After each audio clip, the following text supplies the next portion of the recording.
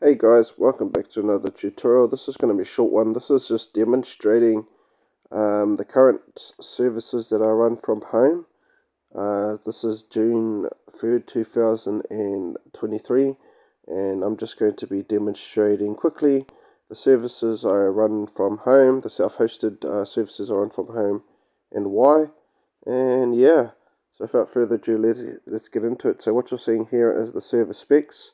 We've got an Intel TM Core i5 4460T running at 1.9 gigahertz.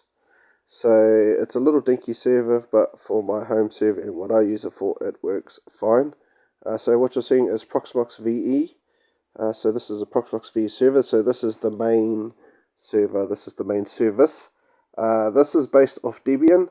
So the cool thing about this, since it's based off Debian, we can actually install additional services, which we have done in this case. And this means that besides just being a virtualization server, which this still is, it's more than just a virtualization server, which we're going to be demonstrating in a minute.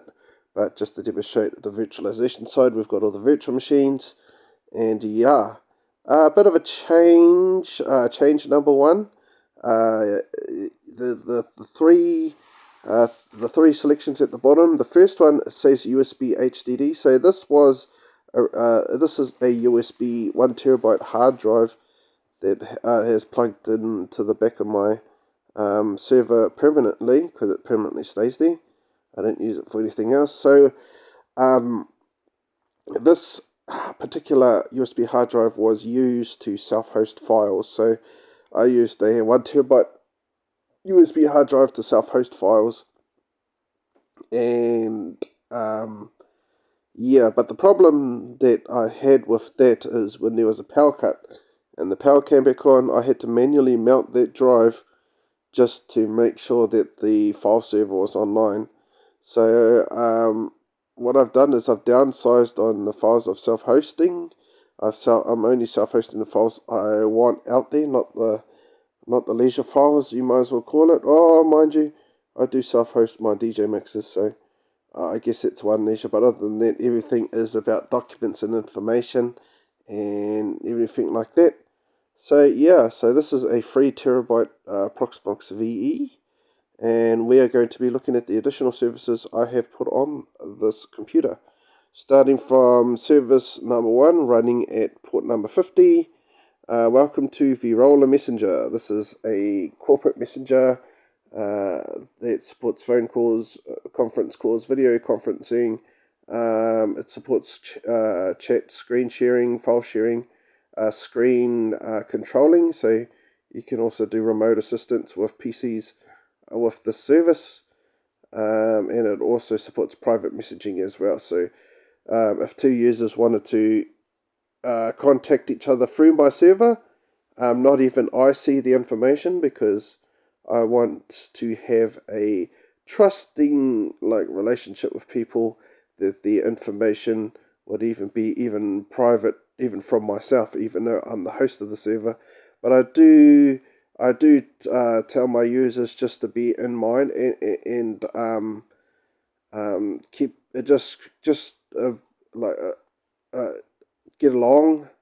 Don't be abusive to anybody, or anybody on the server or anything like that, because then I have to sort it out. But any private conversation someone has in the private chat, I don't even see, which is a good thing, and which I don't mind either, because I do know about privacy, and I respect people's privacy. So yeah, Virola Corporate Messenger, here it is. See, here's a conference, you got a private message, so you got the core function. So I'm just showing a few things. You've also got task boards and leaderboards. So this is the task board. This is just showing a task that someone has set. So this can be really used for business, really. I use it for personal and business. So yeah, and it also cuts having to conference using another platform, when you can conference chat, do all your business within the one platform. So yep, Virola, this is it. We also have a cloud version, but we are focusing more on self-hosted services. So this is the self-hosted version. And yeah. Okay, so now we're going to be moving on to a web browser. So welcome to my service running on port 8090. This is a file server, and this file server is pretty much is open to anybody with my private IP address followed by the port 8090. And all this is just a file server that hosts a bunch of files of information that I want out there. As I said, the leisure files are not on here, unfortunately, besides my DJ stuff. Other than that, these are just all documents and information that would be deleted off other platforms because of the censorship. So, yeah, this is a really good space where I can click a document and then send them a link directly to the document. And so people can access the information and there's no blockage anywhere, which is good too, because a lot of other platforms don't like you to have that sort of content on their platform. So, yep, file server, HTTP server, no username and password required, so you don't have to worry about that. So the last service I'll be showing is Jitsi Meet. So this is a open source version of Zoom. This self-hosted version, the way I self-hosted, cannot work with the Jitsi Meet applications. You have to use a web browser for doing a meeting on my server itself. And the reason why is because the self-signed certificates have a conflict with the apps. So if you want to have a Jitsi meeting, you've got to do it just with the web browser through remote control protocol.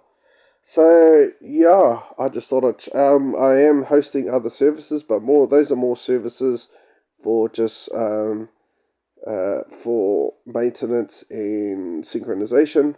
Like I have SyncThing installed on the server itself, and all I use SyncThing is to if I want to add new files to the file server, I just there's a file on my computer that is synced with the folder on my server. So if I modify any folders on my computer in a particular location, it'll add or remove or modify on the file server here. So that's what I've used it for, because as I mentioned in the past, I had to manually mount the 1 terabyte, which was good because I had a lot of space, but it was just annoying because it was something I had to do all the time. But now I don't have to worry about it. If the power goes out and comes back on, and the server boots back up, the files will be readily available again. So yeah, I just thought I'd quickly demonstrate and talk about some of the services I'm running as of June 2023, June the 3rd. Hopefully you've learned something new and gives you an idea of what you want. And until next time, you have a good day. Ciao, ciao.